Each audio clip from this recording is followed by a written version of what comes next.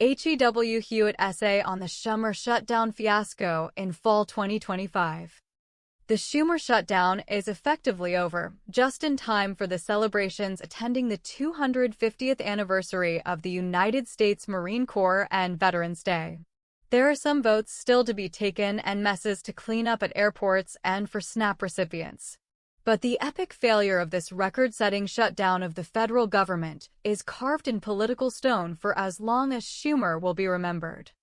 Perhaps one or more of the 8 Senate Democrats who threw in the proverbial towel Sunday were embarrassed to be honoring the Corps and all veterans even as they refuse to do their jobs. We will never know their motives, and believing any Democrat's public explanation for participation in this fiasco is unwise. In fairness, 3 of the 8 who joined 52 Republicans to reopen the federal government don't deserve the scorn being heaped on the 39 Senate Democrats who got rolled.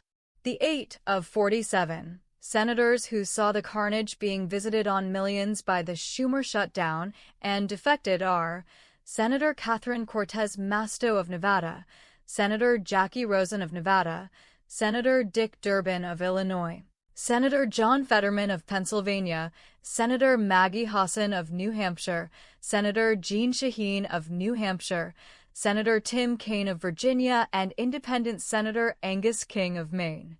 Senators Cortez, Masto, Fetterman, and King always voted with the Republicans to reopen the government. The reasons why the other 5 finally joined the coalition of the sane are unclear, but who knows and who cares? The congressional Democrats looked and acted like children throughout this record-setting escapade. Most voters may not remember the stunt that hurt so many millions of Americans, some quite badly, but count on the GOP to try and remind voters frequently that the Democrats shut down the government for a record period of time because they feared the DSA radicals who have taken over their party in many places and are rising in others. The biggest loser after the people actually hurt or at least inconvenienced by the stunt. The Democratic leader in the Senate, Chuck Schumer, by far. Schumer's strategy from the start was to head off a primary challenge in 2028 from Congresswoman Alexandria Ocasio-Cortez, AOC. New York holds its Democratic presidential primary on February 1, 2028, so I assume the Senate primary will be that day as well. Someone schooled in New York election law will have to weigh in on whether AOC can run in both, but if she does, Schumer loses the Senate nomination if we go by early polling. In a hypothetical matchup for the 2028 Democratic primary for the US Senate in New York, Ocasio-Cortez leads Schumer by a 19-point margin, 55% to 36%, according to a Data for Progress poll.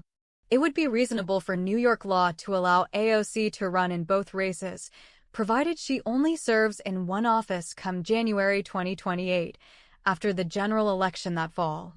Don't sweat the details, though Schumer certainly will. The collapse of his costly Schumer shutdown stunt will trail Schumer just as a long chain of heavy lockboxes trailed after Jacob Marley, the ghost of Ebenezer Scrooge's dead partner in The Christmas Carol by Charles Dickens, forever clanking along behind a dead Marley, the sum he had accumulated in his life of greed. There aren't any ghosts, but there are political scars that don't ever fade, and the Schumer shutdown is one of them. Schumer cooked up this stunt, and he's going to have to live with it, even as the memory of his predecessor as leader of Senate Democrats, Harry Reid, will always be remembered primarily as the guy who broke the filibuster and allowed President Donald Trump to nominate and Mitch McConnell to confirm 3 Supreme Court justices with simple majorities after Reid established the precedent of using the nuclear option to change the Senate's long-standing rules of confirmation. Reid traded the filibuster for a majority of Democratic nominees on the Federal Court of Appeals for the District of Columbia and got the first originalist majority on the Supreme Court in return. Chuck Schumer didn't need a record-setting shutdown to juice turnout in last week's elections, as the 2 blue states that vote in the odd year after a presidential contest went overwhelming Democratic, as has almost always happened. Schumer put everyone through this because he thought it might help his chances of spending another 6 years in elected office, something he has been doing since 1975. You read that right. Schumer has been on the taxpayers' payroll for almost 51 years already. He's already got 3 more guaranteed, but wants another 6 for a total of at least 60. AOC is a threat to Schumer, and he's acting irrationally as a result. He hurt his own chances with this circus act that entertained no one. He will pay the price in 2028, if not earlier.